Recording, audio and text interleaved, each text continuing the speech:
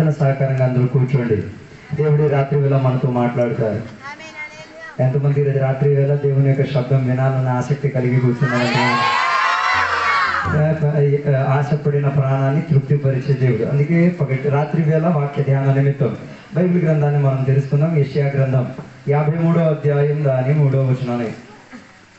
అతడు తృణీకరింపబడిన వాడెను అయ్యెను, మనుషుల వలన విసర్జింపబడిన వాడెను, వ్యసనకాంతుడుగాను వ్యాధిని అనుభవించువాడుగాను మనుషులు చూడ నల్లని వాడుగాను ఉండెను. అతడు తృణీకరింపబడిన వాడు గనుక మనము అతనిని ఎన్నిక చేయకపోతిమి. ప్రార్థన చేద్దాం. పరిశుద్ధ మహోన్నత దేవానికి వందనాలు. వాక్య భాగంలో నుంచి మీరు మాతో మాట్లాడండి. కూర్చున్న బిడ్డలతో దేవాన్ని సందేశాన్ని అందించండి. దేవ ప్రతి బిడ్డలు దానిలో ఉన్న మర్మాలు అర్థం చేసుకుని ఆత్మిక జీవితంలో దేవ శుద్ధీకరణ పొందడానికి సహాయపరచండి. దీవెనలతో నింపినందుకు స్తోత్రం. యేసు నామమున అడిగి వేడుకున్న పరమ తండ్రి, ఆమేన్. ప్రపంచవ్యాప్తిలో అందరూ కూడా యేసయ్య మరణించిన గడియను పాటించుకున్న సందర్భమున మనము కూడా యేసయ్య మరణ సమయములో వెళ్ళిన ఆ పరిస్థితిని కాసేపు దేవుని యొక్క వాక్యంలో నుంచి మనం ధ్యానించుకుందాం. మనం చదివిన వాక్య భాగం యెషయా గ్రంథం 53వ అధ్యాయం ప్రవక్త అయిన యెషయా ద్వారా పలికిన మాటలే. అక్కడ మనకి దాని 2వ వచనములో చదివితే మనకి కనబడుతున్నది. ఆ 2వ వచనం నుంచి చదివితేనే దాని యొక్క సారాంశం మనకు అర్థమవుతుంది. యేసయ్య గురించి చెప్పిన ఒక మాట ఎక్కడ రాయబడి ఉన్నది.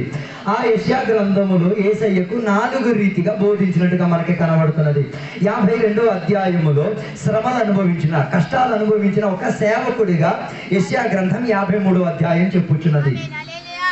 ఇలాగా శ్రమలు అనుభవించుచున్న, కష్టాలు అనుభవించుచున్న, వేదనలు అనుభవించిన, దుఃఖం అనుభవించిన అలాంటి ఒక సేవకునిగా ఉన్న ఒక సందేశాన్ని మనకి 53వ అధ్యాయంలో మనకి కనిపిస్తున్నది. ఆ యెషయా గ్రంథం 42వ అధ్యాయం ఒకవేళ మనం చదివితే ఎంచుకోబడిన దేవుని యొక్క సేవకుడిగా యేసయ్యను బోధించుచున్నది. 49వ అధ్యాయంలో మనం చదవగలిగితే దేవుని ద్వారా ప్రేరేపింపబడి కొన్ని విషయాలు నెరవేర్చడానికి పిలువబడిన సేవకుడిగా మనకి కనిపిస్తున్నది. 50వ అధ్యాయానికి వచ్చినప్పుడు విధేయత కలిగిన, యెషయా గ్రంథం 50వ అధ్యాయానికి వచ్చినప్పుడు విధేయత కలిగిన సేవకుడిగా బైబిల్ మనకి సెలవిచ్చుచున్నది. 4 రకాలైన సేవకుల గురించి నేను చెప్పాను. అందులో ఒకటి మాత్రమే చెప్పి నేను ముగిస్తాను. మొదటిది ఎంచబడిన సేవకుడు, రెండోది ఉద్దేశ నెరవేరింపు చేసిన సేవకుడు, మూడోదిగా విధేయత చెందిన లేకపోతే విధేయుడై పని నెరవేర్చిన సేవకుడు, 4వదిగా వేదన పడిన సేవకుడు. అందరూ లేదా నాకు తెలియట్లేదు. ఎంచుకోబడిన సేవకుడు అని చెప్పిన అందరికీ ఉత్సాహమే వస్తుంది. దేవుని యొక్క పని నెరవేర్చే సేవకుడు మరీ ఉత్సాహం వస్తుంది. విధేయత కలిగిన సేవకుడు మరీ ఉత్సాహం కలిగి, వేదన కలిగిన సేవకుడు అని చెప్తే ప్రేక్షకుడు హల్లెలూయా అన్ని తగ్గిపోతాయి. హల్లెలూయా. అందుకే ఇక్కడ చదివిన వాక్య భాగంలో మనం చూడగలిగాము ఆయన ప్రజల ద్వారా ఏం చేసుకోబడ్డారు. 23వ అధ్యాయం 3వ వచనం. ప్రేక్షకుడు చెప్పలేదు ఎవరి ద్వారా తృణీకరింపబడ్డాడు? అందరి ద్వారా తృణీకరింపబడ్డాడు. తృణీకరింపబడడం అంటే రిజెక్ట్ చేయడం. యేసయ్య జన్మించిన గడువులే, ఇంకా ఏం కాలేదు, ఇంకా పిండముగా కూడా మారలేదు. అప్పుడే రహస్యముగా యోసేపు ఏం చేయడానికి కోరాడు? రహస్యంగా ఏం చేసుకోవడానికి కోరాడు? విడిచిపెట్టడానికి ఆయన మనసులో నిర్ణయం పెట్టుకున్నట్టుగా మనకు బైబిల్ గ్రంథం సెలవిచ్చుచున్నది. తన అమ్మ నాన్న జన్మించక మునిపే, అమ్మకు మంచి ప్రత్యేకత ఉంది కాబట్టి ఆమె ఏం చేయాలి? విడిచిపెట్టడానికి మనసు చూపించలేదు. యోసేపు ఏం చేశాడు? విడిచిపెట్టడానికి మనసు కలిగి. అందుకే పెళ్లి చేసుకునేటప్పుడు భర్త కరెక్ట్ కాదో కీళ్ళ కొట్టేసి పెళ్లి చేసుకోండి. కొన్ని భర్తలు నపుంసకుల్లాగే ఉన్నారు. సమ్ టైం దొరికితే విడిచిపెట్టేస్తారు. దానికి ఇంకేం పదం చెప్పాలి? మీరే చెప్పండి. పెళ్లి చేస్తానని మాట ఇచ్చి, సంహారం చేస్తానని మాట ఇచ్చి, జీవితాంతం మీ తోడుగా ఉంటానని చెప్పేసి పరిస్థితి వచ్చేసి వదిలేసి వెళ్ళిపోయినమని మనం ఏం పిలవాలి? మీరు కొడతారని నాకు తెలుసు, అయినా చెప్పక తప్పదు. హలో, చెప్పలేదు. యేసయ్యను విడిచిపెట్టడానుకున్న కారణం ఏంటో తెలుసా? వారికి వివాహం కాలేదు. ఏమై తీరింది? కేవలం ప్రధానం మాత్రమైంది. ఎంగేజ్మెంట్ అయిన సందర్భంలోనే మరి ఏమై తీరింది? ప్రసవం అయ్యే ఒక స్థాయిలో ఉన్నప్పుడు ఆయనకు ఒక అనుమానం వచ్చింది. రాలేదు. చాలా దేవుని యొక్క బిడ్డల యొక్క కుటుంబానికి, మనకు అన్ని విషయాలు అక్కర్లేదు కదా, దేవుని యొక్క బిడ్డలకున్న కుటుంబాలకున్న పోరాటం ఇదే. ఏంటి? అనుమానం. ప్రైజ్లో చెప్పలేదు. హలో, ప్రైజ్లో నాతో కలిసి చెప్పాలి. నాన్న ఏం చేసేసాడు? ప్రైజ్లో చెప్పలేదు. ఆయన ఎక్కిన తర్వాత పరిచర్యలోకి వచ్చినప్పుడు తన జనాంగం అక్కర్లేదు, పాట పాడితే మీరు వెళ్ళిపోతారు. నాతో చదువు విడవ పడవాలి. యేసయ్య విడవ పడ్డాడు. తండ్రి తనని విడిచిపెట్టారు, కుటుంబ సమాజం తనని విడిచిపెట్టారు, తనకున్న రక్త సంబంధులు తనని విడిచిపెట్టారు, తనకు ఆధారపడిన వ్యవస్థాపకులు తనని వదిలిపెట్టేశారు, తన శిష్యులు తనని వదిలిపెట్టేశారు. అది వదిలిపెట్టేటప్పుడు ఆయన ఒకటే ఆశించుకున్నాడు, నేను ఎలాంటి సేవకుడిని? శ్రమలు అనుభవించిన సేవకుడిని. అందుకే 53వ అధ్యాయంలో చెప్పుచున్న మాట 3వ వచనం, ఆయన మనుషుల ద్వారా ఏమై తీరాడు? త్రినీకంపబడ్డాడు. దాని తర్వాత శ్రమలు అనుభవించు.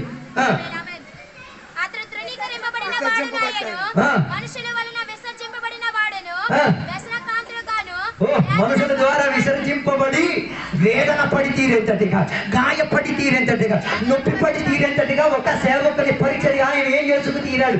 నెరవేర్చుకు తీరాడు. అందుకే ఈ కాలంలో ఉన్న దేవుని బిడ్డలకి ఏమవ్వడానికి ఇష్టం లేదు? సేవకులు అవ్వడానికి ఇష్టం లేదు, సేవా పరిచర్య ఇష్టం లేదు.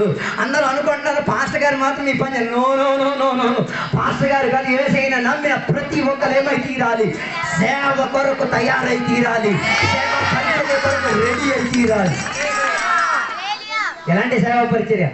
శ్రమలతో నిండిన, చెప్పలేదు, వేదనతో ఉండిన సేవా పరిచర్య, గాయముతో ఉండిన సేవా పరిచర్య, బాధ కలిగించేటట్టుగా ఉన్న ఒక సేవా పరిచర్య. ఈ కాలంలో దాని గురించి అంత బాగా మనకు తెలియదు, కానీ మన పితరులకు అడిగితే తెలుసుకోవచ్చు.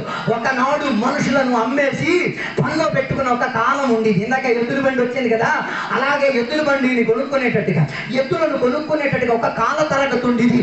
అప్పుడు మనుషులను ఏం చేసుకునేవారు? అమ్మేసేవారు, కొనుక్కునేవారు. దాని గురించి మీకు బాగా అవగాహన కలగా పంచగ్రంథాలు చదివేయండి. దాని గురించి మంచి వివేచన రీతిగా అక్కడ వ్యాఖ్యానం చేయబడి ఉన్నది. అలా కొనబడిన వాడు ఆయనను ఏం చేసి తీసుకొస్తారో తెలుసా? ఆయన అక్కడ కొనుక్కున్నాడు అనుకో, ఆయన ఇంటికి వచ్చిన ముందే ఆయన మీద ఒక ముద్ర పడిపోద్ది. నేను కొనుక్కొని తెచ్చాను అనుకో, నా పేరు మీద ఆయన మీద ఒక ముద్ర పడిపోద్ది. ఆ ముద్ర ఉన్నంత కాలం వాడు నా దగ్గర నుంచి తప్ప ఇంకెక్కడికి పారిపోలేడు. ఎక్కడే చెప్పాలి, ముద్ర ఉన్నంత కాలం ఆడ ఎవరికి పని చేయాలి? నా ఇంటి వారి కొరకు పని చేయాలి, నా కుటుంబం కొరకు పెళ్లి చేయాలి. ఒకవేళ ఆడ అలాగుండి పెళ్లి చేసుకున్నాడు అనుకో, ఆ భార్య పిల్లలు కూడా నా కోసమే పని చేయాలి, నా ఇంటి వారి కోసమే పని చేయాలి. ఆయన ఏం ఆశించకూడదు. చెప్పలేదు, ఈ లోకంలో వ్యవస్థ డబ్బు ఇవ్వకపోతే పని చేయు, పీడి అయిపోతారు పని దొంగ. మీరందరూ పని చేసేది దేనికి? మంచి మన సాక్షి కోసమా? హలో, యేసయ్య పని చేసింది డబ్బుల కోసం కాదు. యేసయ్య పని చేసేది అవతల దగ్గర నుంచి ఏదైనా దొరుకుతుందని ఆసక్తి కాదు. యేసయ్య పని చేసింది ఏంటి? అవతలను నన్ను శ్రమ పెడతాడు, అవతలను నన్ను వేదన పరుస్తాడు, అవతల ద్వారా నాకు గాయాలే తగ్గుతాయి, అవతలను నన్ను భయం చేస్తాడు, ధృవీకరిస్తాడు. అవతల నోటి దగ్గర నుంచి నాకేం దొరుకుతుంది? లాభం దొరకదు, నష్టమే.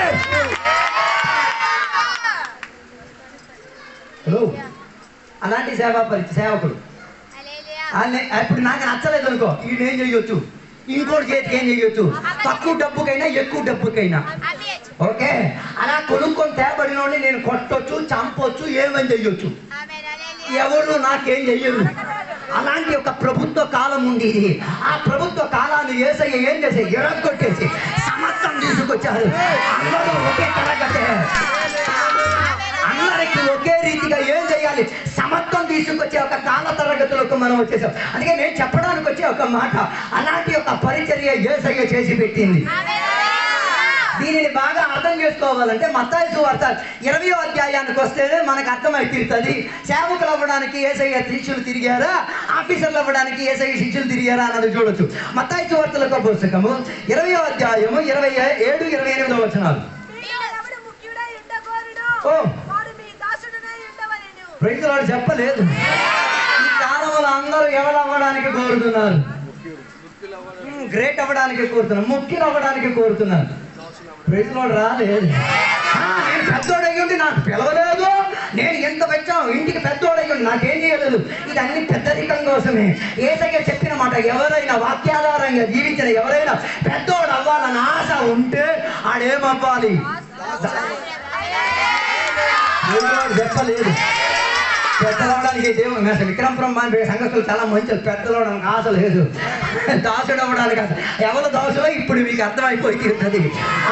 ఆ అధ్యాయంలో దాని 20వ వచనం నుంచి కిందకి చదవగలిగితే మనకి కనిపిస్తున్నది ఒక తల్లి వచ్చి తన పిల్లల కొరకు ప్రార్థన చేసి విజ్ఞాపన చేసిన తల్లి. ప్రార్థన చేసిన తల్లులు ఉన్నారు కాబట్టి దేవునికి స్తోత్రం. ప్రార్థన చేయలేని తల్లులు ఉంటే పిల్లల కోసం ప్రార్థన చేయండి. రెగ్యులర్ రాలేదు, పిల్లల కోసం ప్రార్థన చేయాలి. కారణం ఏంటిది? పిల్లలు ఏమై ఉండి తీరాలి, ఆత్మిక స్థితిగతుల్లో నిలబడడానికి ప్రార్థన కావాలి. అయితే దాన్ని 20-21 వచనాలు చదవగలిగి తీరితే ఇవి యేసయ్య దగ్గరికి వచ్చి సాగిలపడి ఒక విషయాన్ని అప్పచెప్పింది. ఏమని చెప్పిందో తెలుసా? నాకు 2 పిల్లలు ఉన్నారు యేసయ్య, వారిని ఎడం పక్క కుడి పక్క ఏం చేయాలి? నీ పరిచర్య కాల తరగతిలో ఏం చేయాలి? ఉంచాలి. ఆయన పని వాళ్ళు చెయ్యాలని అమ్మ నన్ను చెప్పలే, రైతులో చెప్పలేదు, రైతులో రాలేదు. అంటే యేసయ్యకి రైట్ సైడ్ లెఫ్ట్ సైడ్ ఎవరు ఉండాలా? వీళ్ళిద్దరే ఉండాలి. మరి మిగతా 10 మందికి అమ్మ నాన్న లేరేమో. Praise lord. అదే ఆలోచించే ప్రైజ్ లార్డ్ చెప్పాలి. మనం కూడా మన పిల్లల గురించి ఎలాగెక్కడ ఆలోచించేది, వాళ్ళు ఏమైతే ఊరికి పెద్దోళ్ళు అయిపోవాలా, శ్రేష్ఠులు అయిపోయి తీరాలి, ఆయన ఒక మంచి సేవకుడు అవ్వాలని ఆశించండి. ఇక్కడ రాయబడిన మాట 27వ వచనం నుంచి ఎవరైనా మీలో పెద్దలు అవ్వాలని ఆశ ఉందా? అలాగైతే వాడు ఏం చెయ్యాలి?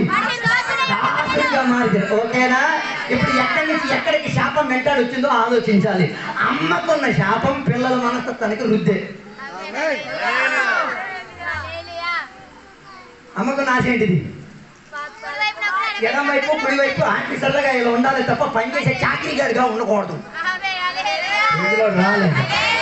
ఇలా మాట మాటకి విసిగించారు. ఈ పిల్లలు చాలా మంచోళ్ళు కాబట్టి యేసయ్య దగ్గరికి వచ్చి అడగలేక అడగలేదు. దేవునికి స్తోత్రం. దాని అమ్మ వదలలే, వచ్చి అడిగి మరీ ఏం చేసుకుంది? యేసయ్య దగ్గర వినయంతో పడి మరీ అడిగేస్తుంది. యేసయ్య ఈ ఎడం పక్క కుడి పక్క ఈయన ఏం చేయి? కూర్చోబెట్టి. దీనికన్నా పెద్ద గొప్ప శాపం ఇంకేం లేదు. దేని ఇలా జరగలేని అడగడం కొందరు అలాగే. నాకు హన్నా బాగా నచ్చుతుంది. హన్నాకి జీవించిన కాల తరగతిలో ఆమె చూసినప్పుడు పిల్లలందరినీ చూశారు. పనికిరాని పిల్లలుగా తిరిగేటప్పుడు ఆమె ఇంట్లో ఉన్న పిల్లల్ని కూడా చూశారు. అక్కడ కూడా పిల్లలు కరెక్ట్గా లేనప్పుడు హన్నా ఏం చేసిందో తెలుసా? దేవాలయం వైపు వెళ్ళి కన్నీరు కాచి, దేవా నాకొక్క కొడుకుని పనికిరాని ఊరు నేను చూపిస్తా. నేను ఈ ఊరో సంగతి చెప్పిన ఆ కాలం ఇస్రాయేల్ కాల తరగతి మన బాధపడి మా ఊళ్ళ గురించి ఇలా చెప్పేసారు. మీ ఊరు చాలా మంచిది, నాకు మీ ఊళ్ళో విషయం గురించి నాకు సంబంధం. ఆ దేశనాడు ఆ రోజుల్లో ఉన్న ఊరిలో ఒక్కడు కూడా ఆత్మీకులు కనబడలేప్పుడు ఈమె ఏం చేసేది? ఇంట్లో వేదనే. ఆమె ఇంట్లో ఉన్న ఆమె ఈమెకి ఏం చేసేది? వేదన పరిచేది. నీకు సంతానం లేదు, చేతకాని దానిని, గొడ్రాలుగా ఉన్నావు, పనికిరాని దానిని, నీకే నువ్వు ఒక పనికిరాని ఇంట్లో పడున్న దానివి, నీకు ఏంటి?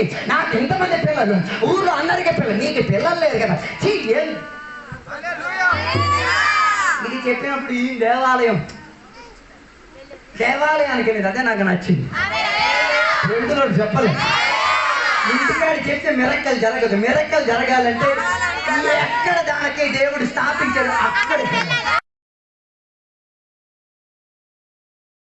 చూడాల్సిన వాడు, దేవాలయం లోపల నుండి రొట్టె పాడవకుండా చూడాల్సిన వాడు, దేవాలయం లోపల బూజు రాకుండా చూడాల్సిన వాడు, దేవాలయం లోపల శుద్ధీకరణ ఉండి జీవించాల్సిన రాలే. దేవాలయం లోపల కుంటోలు గుడ్డోలు ముష్టోలు రావాలి. వీటి కాడ కూకొని సందాలు వచ్చేది కాదు సంఘం. నాతో లేరు అనుకుంటా. వీటి కాడ వీళ్ళు నిలబడి వీళ్ళు కూకొని ఏం చేసేవాడు? చందాలు వసూలు చేసుకునేవాడు. ఆ చందాలు వసూలు చేసుకోవడం మాత్రం కాదు కానీ ఆ చందాలకి దానికి బేరం పెట్టిన బిజినెస్ మ్యాన్లు కూడా ఉన్నారు. ఆయన ఎత్తి పెట్టేసి వచ్చి ఎక్కడ కూర్చోబెట్టేవాడు. నాకు అర్థం కదా, దేవాలయంలో పాస్టర్ గారిని ఒకసారి కలిసి ఉంటే బాగుండేమో. ఆ సంఘానికి ఉన్న సంఘ పెద్దలు ఒకసారి కలిసి ఉంటే బాగుండు. చెయ్యి సార్ ఆయనకి అసలు లోన కూర్చోబెట్టండి. లోన కూర్చోబెడితే స్వస్థత జరగకపోయినా వాక్యమైన వింటాడుగా, ఆత్మీయుడికైనా మారుతాడుగా, పాప స్వభావం విడిచిపెట్టాడుగా.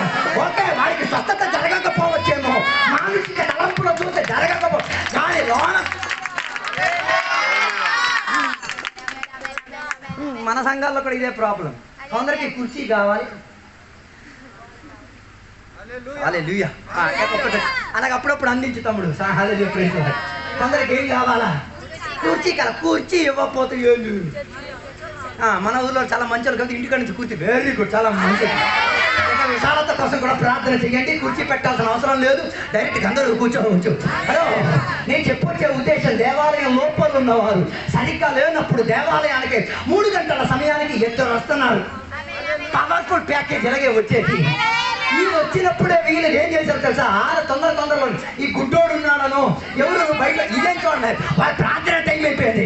ఎలాగైనా ప్రార్థన అర్పించి తీరాలి. దానికి ఎక్కడ తగ్గట్టు ఈడు ఇక్కడ ఏమంటారు? సార్ ఏదైనా ఇవ్వండి. వీళ్ళేం చెప్పారు తెలుసా? మా దగ్గర ఎండి బంగారాలు ఏం లేవు, కానీ మా దగ్గర ఉన్నది ఏంటో తెలుసా? గాయపడి వేదన పడి పునరుద్ధారై తీరిన వాడు నజరేతులో ఉన్న యేసయ్యే మా చేతులు మీకు ఇస్తా.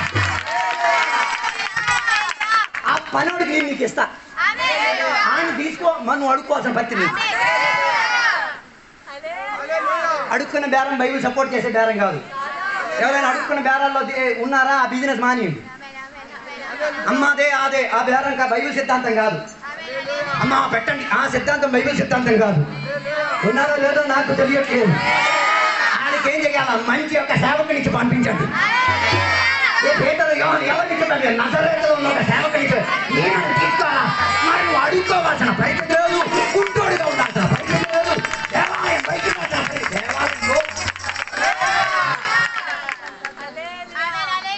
దేవాలయం లోపల రాకుండా బయట తిరుగుతున్న కొన్ని గుంటోళ్ళు ఉన్నారు కదా, లోపల తెప్పిస్తా నీరు వాక్యం చెప్పి ఊరు తిరగడం కాదనైనా ఈరోజు ఏ గాయపడినా, వేదన పడినా, తృణీకరింపబడినా, అందరి ద్వారా వదలబడినా ఈ సేవకుడు యేసయ్య నా దగ్గర ఉన్నాడు. ఆయన నేను నీకు ఇస్తాను, తీసుకో. నీకు బిజినెస్ అయిపోయి వీడి బిజినెస్ ఆగితే ఈయన ఎవడో కూకోబెట్టాడు, ఆడి బిజినెస్ కూడా అయిపోతుంది. ఇదే పని అపోస్తల క్రియలు మనకే కనబడుతుంది. ఇంకొక మంత్రతంత్రాలు చేసిన ఒక స్త్రీని కూడా ఎక్కడ కూర్చోబెట్టారు? వీధి గమని కాడ కూర్చోబెట్టారు. బేరం బాగా కిట్టితే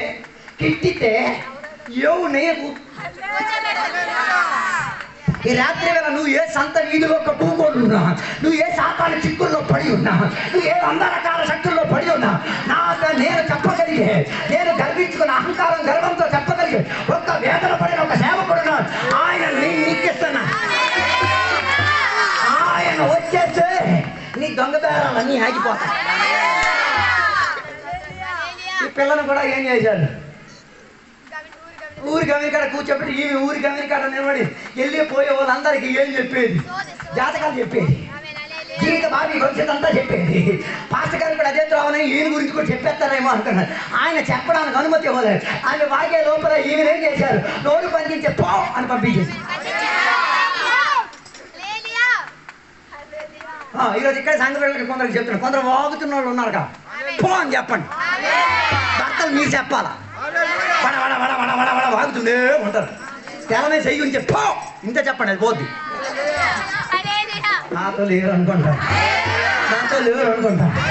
ఈ పనికి రాని వాగులు అక్కడ ఇక్కడ ఉన్న వాగు నీకు భూత భావి భవిష్యత్తు అవగాహన లేనప్పుడు నువ్వు వాగడానికి వెళ్ళకూడదు. వాగితే పంపించగలిగే సేవకుడు నా దగ్గర ఉన్నాడు. ఆయన ఇంకెవరు కాదు, యేసయ్యే. అదో నాతో ఉన్నారో లేదో నాకు తెలియట్లేదు. దురాత్మను కూడా వాగుతున్న దురాత్మ ఉన్నారా నాతో కలిసి? వాగుతున్నా ఆమెను అక్కడ కూకోబెట్టిన బేరస్తులు కూడా ఏమైపోయారు? బేరం ఆగిపోయింది. అది ఈ సోదరు చెప్పుట వలన 5,000, 10,000, 20,000 ఇచ్చేవారు. ఈ వేలులో 2,000 ఈమెకి, మిగతా అంతా వాళ్ళకి. ఇది వదలగొట్టేసరికి ఆ బేరం ఆగిపోయింది. బేరం ఆగిపోయేసరికి ఎవరు వదలగొట్టారో వాళ్ళని చిరసాలు పడేశారు. నాతో లేరు అనుకుంటా. హాలేలుగా చెప్పలే.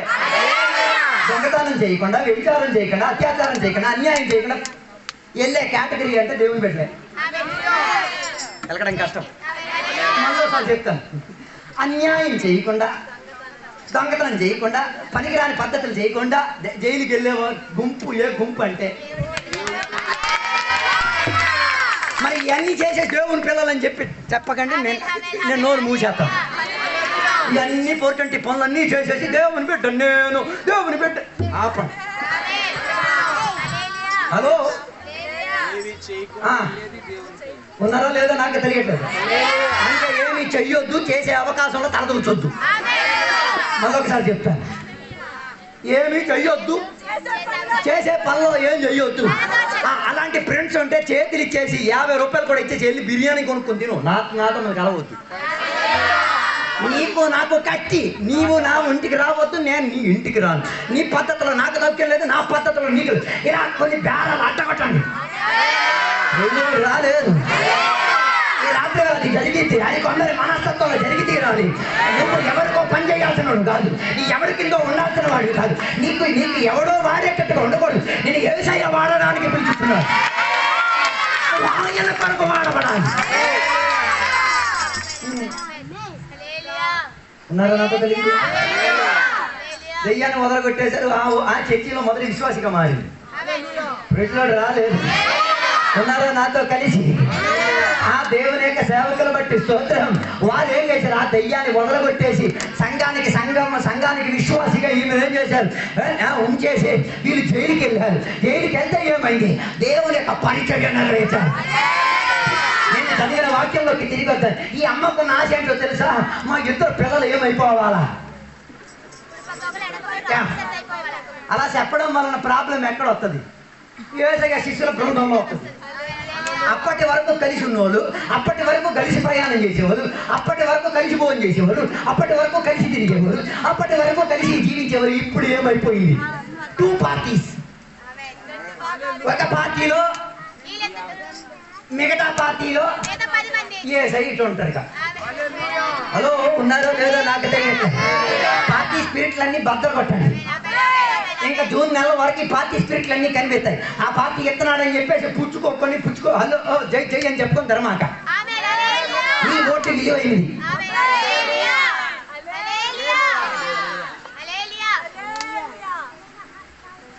హలో ఉన్నారో లేదో నాకు తెలియట్లేదు. జెండాలు ఎత్తుకు తిరుగు, వారి కోసం అన్ని పనులు చేయి, ఫ్రీగా చేయి, వసూలి అడగమాక.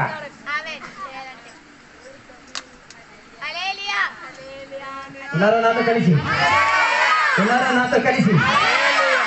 ఈ చర్చి లోపల కూడా ఈ పార్టీ స్పిరిట్ వచ్చేసింది. బద్దలు కొడతారు ఈ పరిశుద్ధాత్మ. సీసీ లేదు, బీసీ లేదు, టీసీ లేదు, మీసీ లేదు. అందరూ ఒక వల లోపల ఉండాలి. అందరూ 4 గోడైన సంఘం లోపల ఉండాలి. అందరూ దేవుని యొక్క బిడ్డలుగా మారి తీరాలి.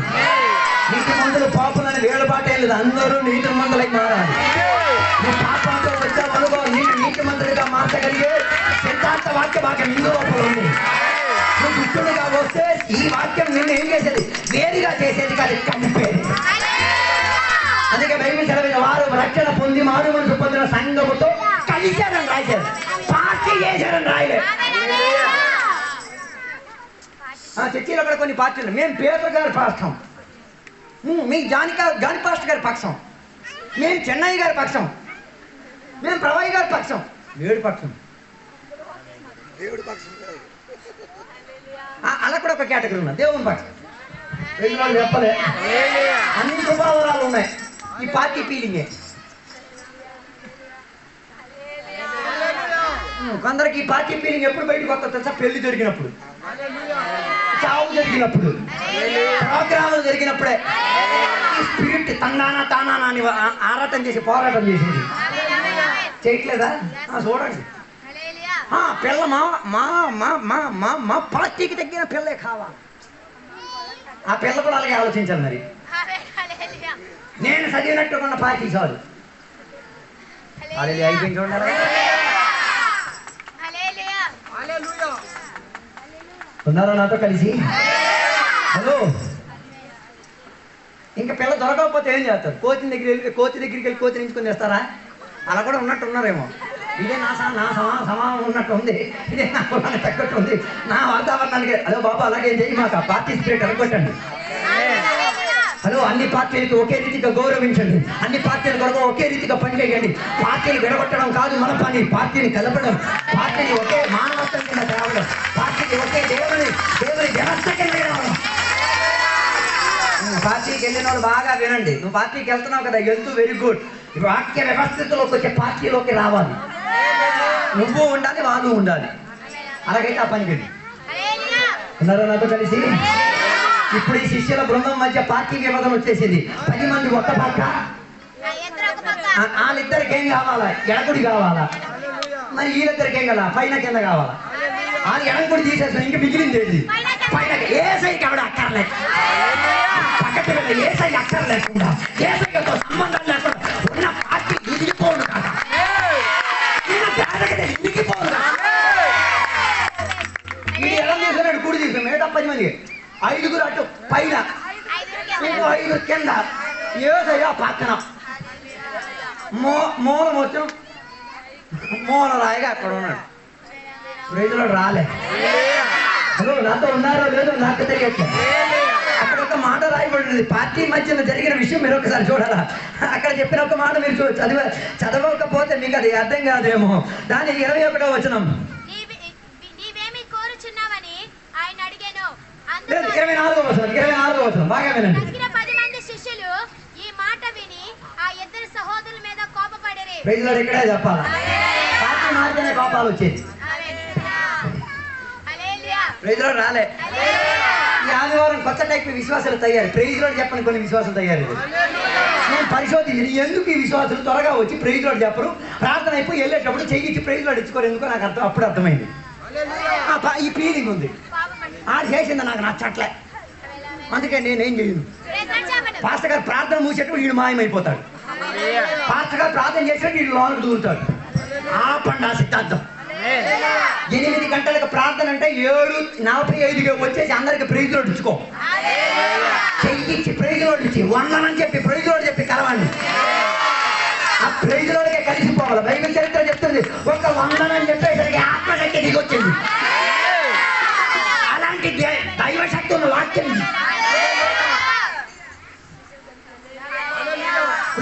ఏమైనా సెన్స్ వస్తుందా? ఒక్క వందనం చెప్పేటప్పుడు అటు గొడ్రాలి, ఇటు గొడ్రాలి. అటు వాగ్దానం ఉంది, ఇటు వాగ్దానం ఉంది. అటు సంతానం జన్మిస్తారన్నారు, ఇటు సంతానం జన్మిస్తారు. ఒక్క వందనం చెప్పేసరికి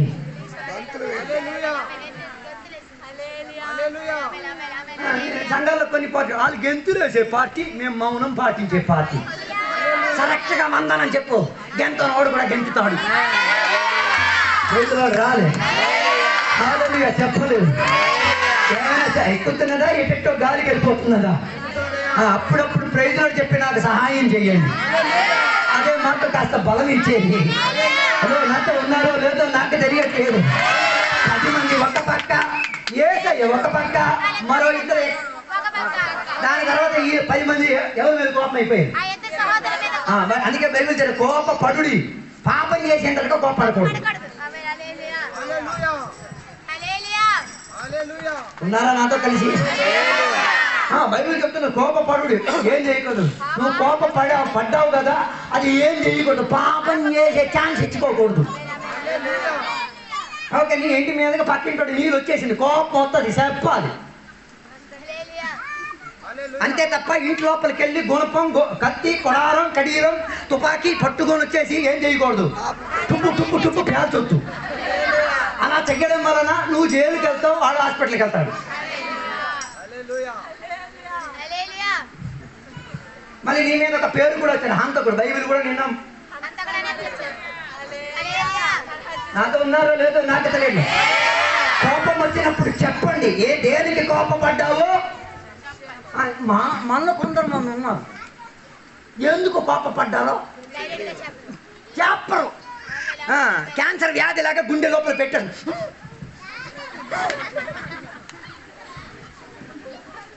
నాతో లేరు అనుకుంటా. మీలో అలాంటి స్వభావం లేదు కదా. నేను చూసిన వాళ్ళకి అంతే. ఎందుకు కోపపడ్డావు చెప్పేయచ్చుగా. రే తమ్ముడు, నువ్వు చేసింది నాకు నచ్చలేదు, నాకు కోపం వస్తుందిరా, నీతో మాట్లాడాలి నాకు అనిపించట్లేదురా, చెప్పు. మగాడవైతే చెప్పేసుకుంటాను అవుతు. లోన పెట్టేసుకుని ఆడు ఇంటికి వెళ్తాడు, ఆడు భోజనానికి వెళ్తాడు, ఆడు పల్లెం ఎత్తాడు, ఆడు ఉసురు చూడు. ఎందుగా బతుకు అలా చేసేస్తా. నువ్వేం చేసేట పాపం చేసినట్లే. మరి దానికి పాస్టర్ గారు వచ్చి ప్రార్థన చేసిన విడుదల జరగదు. నువ్వే ఏం చేయాలా? ఆ దగ్గరికి వెళ్ళి దేవునికి కోపపడ్డావు, దేవునికి మొక్కలు తిప్పేశావు, ఎందుకు మాట్లాడదు చెప్పి సారీ చెప్పి ప్రార్థన చేసి మనసేకం అయిన తర్వాత వత్తని దేవుడిని చూసా. బైబిల్ స్టాండర్డ్ కొందరు స్టాటస్ మ్యాచ్ అయ్యేది. ఏడు కదా మోకాలు దేవో మా అల్లుడికి నేను తిట్టినాను. వెంట దేవుడు ఆ ప్రార్థన రావట్లేదు కదా, రాకుండా ఉండాలి, అదే నాకు కావాలి. దాని అర్థం బేరం బాగా జరుగుతున్నదని. నాతో ఉన్నారో లేదో నాకు తెలియట్లేదు. కోపపడండి. దాని దేనికి కోపపడుతున్నావు, ఏం చేయాలా చెప్పి నువ్వు మగాడో ఆడదానిదో రుజువుపరచు. ఉన్నారా నాతో కలిసి 10 మంది కోపడిపోయారు. దేనికి? వాళ్ళకి కుడి ఎడం దొరికేసింది. రైతులో చెప్పలేదు. ఏసయ్య చెప్పిన జవాబు ఎలాగున్నాయి అందరికీ ఇచ్చేటట్టుగా. రైతులో చెప్పలేదు. ఏసయ్య ఏం చెప్తారు? మీలో ఎవరైనా నో మీలో ఎవరైనా పెద్దోడు అవ్వాలని కోరుతున్నారా? ఓకే, ఈ 12 మంది పెద్దోడు అవ్వడానికి కోరేవాళ్ళా కాదా? అయ్యగారు మాత్రం సమర్థించి మీరు అప్పలేదు, మళ్ళీ స్టార్టింగ్ నుంచి రావాలేమో. ఈ 12 మంది కూడా ప్రాధాన్యత చెందినవాడు అవ్వడానికి కోరేవాళ్ళ. వాళ్ళు చెప్పారు, ఇద్దరు చెప్పి వీళ్ళు చెప్పలేదు.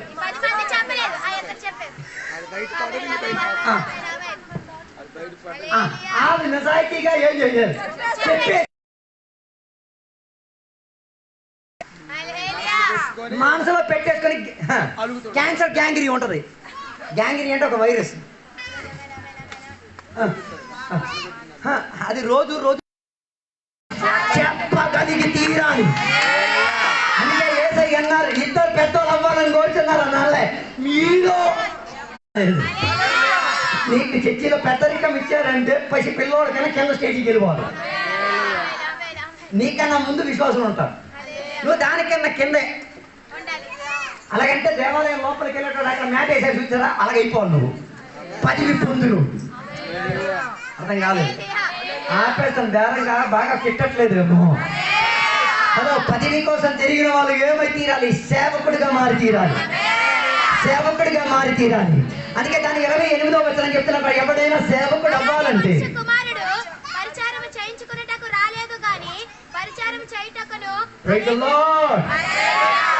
నువ్వు పెద్దోడు అవ్వాలని కోరుతున్నావు అనుకో, నువ్వేం చేయాలి? నీ మాట విన్నాడు కాలు కడగాలి. నీ మాట విన్నాడు ఇంటికి వెళ్ళాలి. ఆయన ఏం చేయాలి? సబ్బురు చేసి చట్నీ తీసుకురావాలి. నీ మీద కోపపడినోడికి ఏం చేయాలి? ఆయన గురించి పట్టించుకోవాలి. ఆయన ఇంట్లో జరిగే విషయాలు అన్నిటికీ వెళ్ళిపోవాలి. ఆయన హాస్పిటల్ ఉంటే హాస్పిటల్లో పరిచయం ఇంటికి కూడా వెళ్ళొద్దు. ఆడికి పరిచయం అంటే ఏదో ఆడికి తెలియపరచలేదు. ఫ్రీ సర్వీస్ చేసి చూపిస్తాను రా నీ కోపం తాకడం. నువ్వు నన్ను పొడుద్దామని తిరుగుతున్నా కదా, నువ్వు పొడవకుండా నిన్నేం చేస్తా? పొడవకుండా ఉందేం చేసేట్టుగా నీకు నేనేం చేస్తా? అభ్యాసం నేర్పించి ఇది పరిచర్య. ఉన్నారా? సర్వీస్ చెయ్యాలంటే మనం సర్వీస్ ఏంటో అది చూపించాలి. దానికి మంచి సాక్ష్యమే మదర్ తెరేసా. దానికి మంచి సాక్ష్యమే మన విలియం కేరీ గారు. దానికి మంచి సాక్ష్యం మంచి అభిషక్తులు. నీవు కూడా అదే పద్ధతులకు రావాలి. ఈ పెద్దవాడి స్పిరిట్ లోపలికి ఎక్కేసింది అనుకో, చిన్నవాడు గుర్తుకు రాడు. కానీ యేసయ్య సిద్ధాంతంలోకి వచ్చి తీరితే సిస్టమ్ మారిపోద్ది. నువ్వు సేవకుడు అయిపోతావు, ఆడ ఆఫీసర్ అయిపోతావు. ఎలాంటి సర్వీస్? Free service. రైతులు రాలే. మరి దాని గురించి డైలాగులు మాట్లాడకూడదు. నువ్వు ఆసుపత్రిలో నేను ఉన్నానుగా చెప్పకూడదు. ఫ్రీ సర్వీస్ అది. నాతో లేరు అనుకుంటా. నీకు అప్పులు పాలైనప్పుడు డబ్బులు ఇచ్చావుగా, మరి చెప్పకూడదు. ఇచ్చాను అన్నట్టు చెప్పకూడదు. వసూలు చేసుకునేటట్టు కూడా చెప్పుకోకూడదు. మరి అలాగే ఇచ్చేస్తున్నాయి కదా, అప్పుడే రాసు ఆపేస్తాను. రాజులు అవ్వాలంటే ఏం చేయాలి? పరిచర్య అట్నుంచి పుచ్చుకోవడం కాదు. అది చెయ్యాలంటే ఆడికి చూపించాలి ఎలా చెయ్యాలన్నది. రెగ్యులర్ రాలే. ఆడికి వంట రాదు అనుకో, వంట అంటే ఏంటో బాలపాఠం నేర్పించుకొని వంట మేస్టర్ చేయాలండి.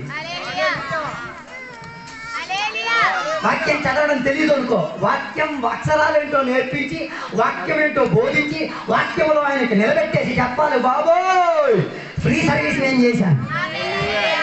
ఈ కాలంలో అన్నీ వసూలియే. ఆపేస్తాను నేను గట్టిగా తగ్గుతున్నది కాదా.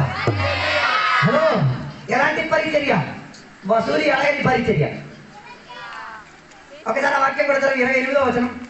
అలాగే మనుష్య కుమారుడు పరిచారము చేయించుకొనుటకై రాలేదు గాని పరిచారము చేయుటకును అనేకులకు ప్రతిగా విమోచన క్రయధనముగా తన ప్రాణము నిచ్చుటకును వచ్చెను. ఏమి ఇవ్వాలి? పని చేసిన తర్వాత అర్థం కాలేదు. ఫర్ ఎగ్జాంపుల్ నీకు కానుపెట్టులో ఉన్న కానుకలు లెక్క పెట్టడానికి ఇచ్చారు అనుకో, ఏం చేయాలి? లెక్కెట్టేసిన తర్వాత ఎంత ఉందో అంత అయ్యి చెప్పడం కాదు, దానికన్నా మించి నువ్వు వాటికి కలిపేసి అలా చెప్తే మళ్ళీ కానుక లెక్క పెట్టడానికి రోడ్డు ఎక్కడికి దూరం అవుతాడు నొక్కడానికి. ఆడికి కూడా కానుక పెట్టి ఏం చేశారు.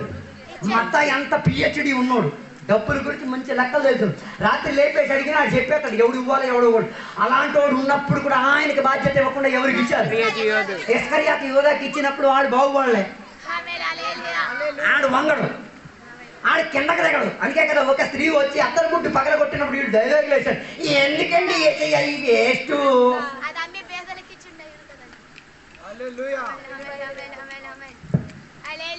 ఉన్నారా? హలో, ఆడు ఉద్దేశం వేస్ట్ అని చెప్పడానికి కారణం ఏంటిది? అది ఈ చందాకి ఈ లిస్ట్కి రావాల్సింది. ఉన్నారో లేదో నాకు తెలియట్లేదు. ఈ రాత్రి వేళ దేవుని యొక్క బిడ్డలుగా తెలుసు, నువ్వు పరిచయం చేయాలన్న ఆశ ఉంటే అట్టి ఇచ్చి పరిచయం నువ్వు ఇంటికి పెట్టాలని కోరుతున్నావు అనుకో, ఫ్రీ సర్వీస్ లేదు, ఆ కాలం పోయింది. నాతో ఉన్నారో లేదో నాకు తెలియట్లేదు. ఖరీదు ఇచ్చేసి ఏసయ్య అదే కదా చేశారు. సిలువలో మరణించినప్పుడు తన శరీరం మొత్తం చింపేసుకున్నారు, తన బట్టలు మొత్తం ఓడబెట్టేసుకున్నారు, తన శరీరం మొత్తం ఏమైతేంది రూపం మారిన శరీరంగా మారింది. తన శరీరంలో ఉన్న రక్తం ఇచ్చారు, తన శరీరంలో ఉన్న మొత్తం నీరు మొత్తం ఖర్చు పెట్టేశారు. అన్ని ఇచ్చేసి క్రయధనం ఇచ్చే నేను కొనుక్కున్నాను. అలాగైతే ఆత్మలను సంపాదించేది కూడా ఎలాగై ఉండి తీరాలి. ఆత్మల కొరకు పరిచయం చేసేది, సేవకుడి కొరకు పరిచయం చేసేది, సంఘం కొరకు పరిచయం చేసేది కూడా. అలాగైతే ఉన్నదానికన్నా ఇంకా శ్రమలు పెరిగి అర్థం కాలేదు. తొలి ఉన్నదానికన్నా అంతే కదా, వెళ్ళోడు రాలే. ఈ రోజుల్లో అందరూ సర్వీస్ చేసేది ఎలాగున్నాయి. బైబిల్ గ్రంథంలో నెహెమ్యా అని ఒకడు ఉన్నాడు, తెలుసా మీ అందరికి? ఏం ఉద్యోగం ఆడిది? పానపాత్ర వాహకుడు. ఓకేనా? పానపాత్ర వాహకుడు అంటే మనం ఏదో గ్లాసులో నీళ్ళు ఇచ్చేసేవాడు అనుకుంటున్నాం. నో, ఆయన పరిచయం ఏంటో తెలుసా? ఆయన పని ఏంటో తెలుసా? చచ్చిపోవడానికి పని చేస్తున్నాడు. ఏమే చచ్చిపోవడానికి పని అంటే, రాజులు ఇప్పుడు మీకు విందుకు పిలిచారు అనుకోండి, మీకు నేను ఎందుకు పిలిచాను, మీరు నాకు విషం పెడుతున్నారో ఏం పెడుతున్నారో తెలియదు కదా, దాన్ని ఎవరు ఫస్ట్ చెకింగ్ చేసేది? అర్థం కాలేదు. రాజు తాగే ముందు, రాజు బుధించే ముందు ఎవడు ఏం చేయాలా? అప్పుడు ఈయన ఎప్పుడు తినాలా? 1 గంటకి భోజనం అంటే ఈయన ఎప్పుడు తినాలా? 6 గంటల ముందు తినాలా? అర్థం కాలేదు. అలాగే నెహెమ్యాను ఆలోచించండి. 6 గంటల ముందు తాగేసి ఈ 6 గంటలు ప్రార్థించే, దేవా చచ్చిపోకూడదు, బతకాలి, నేను బతకాలి, నా ఉద్యోగం, నేను చచ్చిపోతే రాజు చచ్చిపోతాడు. అందుకే పానపాత్రం ఇచ్చిన వాడు ముఖం ఏం కాకూడదు, దుఃఖాక్రాంతుడై ఉండకూడదు. అందుకే దుఃఖాక్రాంతుడు అయినప్పుడే రాజు అడిగింది, ఏంటివా ఇంత దుఃఖాక్రాంతుడై ఉన్నావు, ఏంటి బాధ? నవ్వుతూ ఉండాలి. అలాగైతే ఈ పరిచయం చేసినాడు ఎప్పుడు చిరునవ్వుతూ. దుఃఖపడ్డాడంటే దాని అర్థం ఇందులో విషం ఉంది, ఇది తినకూడదు అన్న శ్రోతను అడిగండి అది. ఓకేనా? అలాగైతే పరిచయం అటువంటిది. ఓకేనా? పరిచయం అటువంటి అయినప్పుడు ఎవడు సావాలి? నువ్వు సావాలి.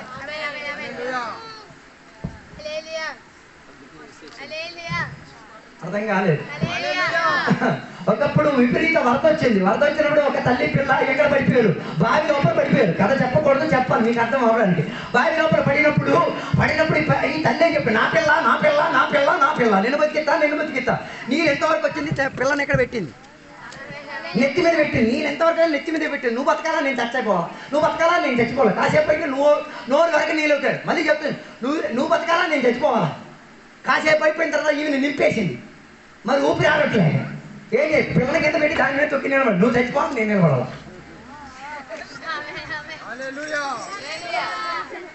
చివరికి తల్లి ఏం చేసింది కదా దాని మీద నిలబడి ఆమెను చంపేసి జంపైపోయి వెళ్ళింది.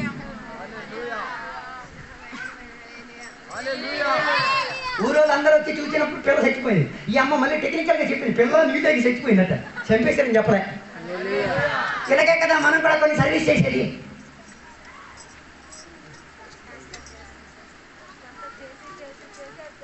ఆయన చంపేసి మనం బతికిపోయి పెద్ద బిల్డప్ చూపించేస్తాను. ఆపండి ఆ పద్ధతి, అది కాదు ఏసై నేర్పించింది. నువ్వు చావాలి ఆడు బతకాలి. అందుకే కదా మోసే చెప్పినంత మాట, దేవా నా పేరు కొట్టించండి వారి పేరు ఉండి తీరాలి. నేను కావాలంటే నీ ద్వారా శిక్ష పొంది వారు విడుదల పొందుకు తీరాలి. ఇది పరిచర్య, ఇది సర్వీస్. దానికి నీ ప్రాణం ఏం చేయాలి? పెనాల్టీ కింద ఇచ్చుకొని కొందరు కాపాడు. రెండు రోజులు చెప్పలే యేసయ్యా వేదన పడిన సేవకుడు అని చెప్పేది. అలాగైతే ఆయనకి నమ్ముకున్న నీవు కూడా ఇలాగే వేదన పడి కొందరిని ఏం చేయాలి? దేవుని కొరకు తయారు చేయాలి, దేవుని వాక్యంలో ప్రవేశింపజేయాలి. ఈ వాక్యంలో దేవుడికి అందించుగా అందరూ చప్పులు కొట్టి ప్రభువుని స్తుతిద్దాం. హల్లెలూయా, దేవునికి స్తోత్రం. సేవకులకు వందనాలు.